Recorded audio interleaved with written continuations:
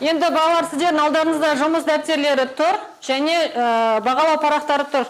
Бағалау парақтарына әркім өзінің жауап беру деңгейіне байланысты балдарыңызды қойып отырасыздар. Сабақтың соңында қорытынды бағаны қоямыз. Енді қазір жаңа сабақты бастамай тұрып, өткен сабақты есімізге түсіріп алайық. Өткен сабақты бір шолып өтейік. Wordwell әдісі арқылы, интерактивті әдісі арқылы қазір 8 ұяшық ашылады. Сол 8 ұяшықты ашып бастаймыз. Кім таңдайды бірінші?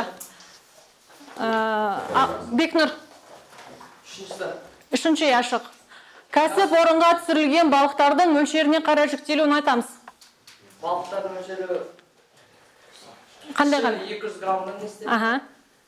Орташасы 1-1,5 килограмм, үлкені 1,5 килодан жоғары. Жақсы, келісем. Келесі сұрақ. Рамазан. 1 дейді. Балықтың адам организміне пайдасын атаңыз дейді. Балықтың пайдасы балықта өте жоғарғы сападағы ауыздар көп, және де балықтың арқасында адам жадын, ұйқысын бәрін қалыпқа келтіреді. Адамның өмір сүру уақытын азартады, қанның жүруін бәрін қалыпқа келтіреді. Жақсы. Келесі сұрақ. Нұрасыл, қандай ғой? 5. 5 дейді. Сыртқы қабыршағының сипатына қарай балықтардың жіктелуін атаңыз. Қабыршақты, қабыршақсыз, және сүйекті. Сүйекті, қабыршақты. Болмаса не дейміз? Басқаша. Бекірет, құмдас. Отыра ғой. Өткен сабақты еске түсірдік, я? Енді жаңа сабақты қараймыз. Мұнда сіздерге суреттер көрсетілген. Суреттер сөйлесін әдісін пайдалана отырып, бүгінгі сабақ не жайында болады? Қалай ойлайсыңдар? Не көріп тұрмыз? Балықтың химиялық құрамы және мына жерде және балықты өңдеу түрлері көрсетілген. Яғни тақырыпты жазып аламыз. Сабақтың смарт мақсатына келетін болсақ, бүгін біздер балық өнімдерінің химиялық құрамын өтеміз, балық өнімдерінің жіктелуіне келеміз, балық өнімдерінің өңдеу тәсілдерін білеміз. Интерактивті әдістер арқылы 45 минуттың ішінде меңгеріп шығамыз. Жазып алдық па? Қазір біздер бейне таспаны тыңдаймыз, бейне таспаны мұқият тыңдаймыз, сол бойынша тапсырмалар беріледі. Балық өнімдерінің түрлері химиялық құрамы. Балық желбезегімен тыныс алатын су омыртқалары. Қазақстанда 150 түрі бар. Балықтардың химиялық құрамы.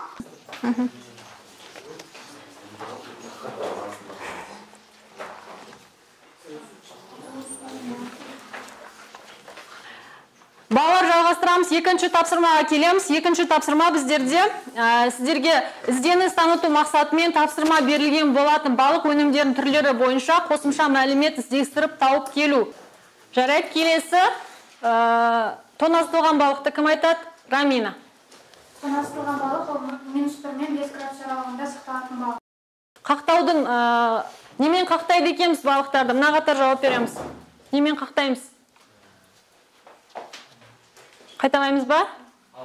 Ауада. Нұрасыл, немен қақтайды екенбіз? Қандай заттармен? Ауада қақтаймыз, болмаса табиғи жолмен қақтауға болады. Екіншісі өзі адам қақтауға болады. Табиғи және жасанды түрлері. Жақсы, отыра ғой.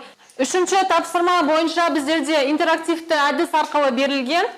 Яғни сіздерге EduCaPlay интерактивті әдісі көрсетіліп тұр. Сілтемесі сіздерге жіберілді. Әр бала жеке-жеке орындайды. Балықтың суреті мен атауларын сәйкестендіріп табасыздар.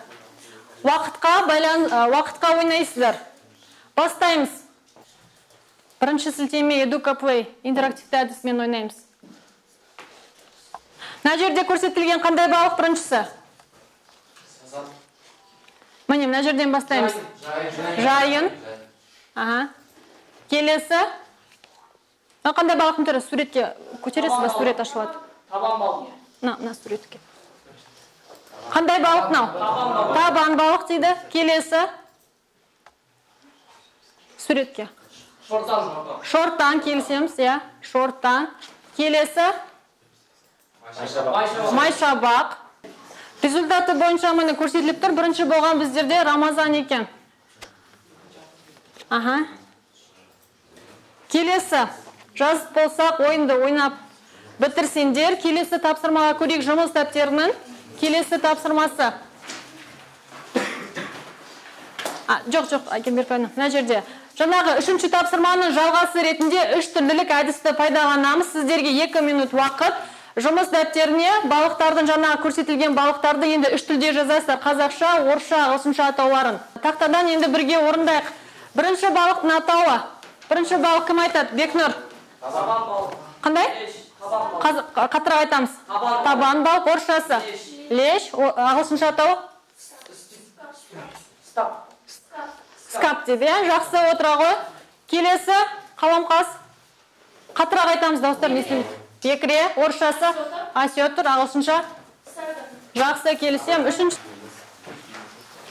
Үшінші тапсырманы жазып алсақ, енді 4-ші тапсырмаға келейік балалар. 4-ші тапсырманы жұмыс дәптерінен ашамыз. 4-ші тапсырма бойынша бағанағы бейнетаспаны тыңдадық, сол бейнетаспа бойынша балықтың химиялық құрамын еске түсірейік. Және мұнда бос ұяшықтарға соны жазып шығайық. Жазып болғаннан кейін адам организміне пайдасын айтып өтеміз.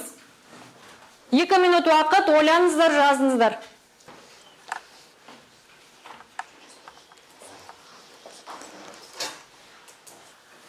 Балықтың химиялық құрамы бірінші ұяшыққа не жазамыз? Су. Екінші ұяшыққа? Майлар. Пайыздық мөлшерде айтайық, Рамазан, майларды. Пайыздық мөлшерде. Пайыздық. 54%-ға дейін, я? Үшінші ұяшыққа ақуыздар. Пайызбен айтамыз, Мерей. 15%-дан 26%-ға дейін. Жақсы. Енді осы жерде адам организміне пайдасын айтып өтейік. Ақуыздардың қандай пайдасы бар? Минералды заттардың қандай пайдасы бар? Рамазан? Ақуыздардың пайдасын айтамын. Жақсы. Балықтың ақуызы өте жақсы ақуыздар, качествосы бойынша. Сапасы. Қандары жақсарады, жағы бәрі қалпына келеді, ұйқысы қалпына келеді. Және де Қатырақ айтамыз. бұлшық еттері ұлғаяды, ұйқысы жақсарады, шашы, тырнағы, сүйектері қатаяды. Жақсы. 5-ші тапсырма бойынша біздерде Joytech интерактивті әдісін пайдаланамыз. Сіздерге 10 сұрақ көрсетілген, сілтемесі жіберілді. Әркім жеке-жеке 10 тест сұрағына жауап берсін. Joytech интерактивті әдісі бойынша сіздерге сілтеме жіберілді. Кіреміз, орындаймыз. Жаңа тақырып бойынша. Темірлан, орындап отырмыз ба? Енді жаңағы Joytech-дағы тест тапсырмаларын бірге талдап өтейік. Әр қайсыларында жеке-жеке балдарын шықты ғой, оны сіздер бағалау парақтарына жазып отырыңыздар. Енді бірге талдап өтейік. Бірінші сұрақ. Балық етіндегі ақуыз мөлшері? 15-26%. Қолымыз көтереміз, Аблахан? 15-26%. Екінші сұрақ. Етінің температурасы -1-ден 5 градус аралығында сақталатын балықты тоңазытылған, я? Жақсы. Қолымыз көтереміз. Балықты тұздаудың қанша әдісі бар? 4. Келісем, жақсы. 6-ші тапсырмаға қарайық. 6-ші тапсырма келмек. 6-ші тапсырма бойынша Жандос. 6-ші тапсырма бойынша сіздерге фишбол немесе балық қаңқасы деген тапсырма. Яғни сіздерге ситуациялық сұрақ өндіріске, сіздерге тірі балық, тоңазытылған балықты берем, я? Өндіріске бұзылған күйде келді деп, оны мәселе қылып аласыздар, проблема қылдырып. Одан кейін оның себептерін айтасыздар. Не себепті балық бұзылды? Дәлелдерін дәлелдейсіздер, айтасыздар. Және қорытынды, яғни алдын алу шараларын жаңағы балық бұзылмас үшін біздер не жасауымыз қажет? Соны айтып өтесіздер. Сіздерге 5 минут уақыт 2 топқа бөлейін. Және соны айтып өтесіздер. Сіздерге біреу. Мынаның ішіне жаза беріңдер.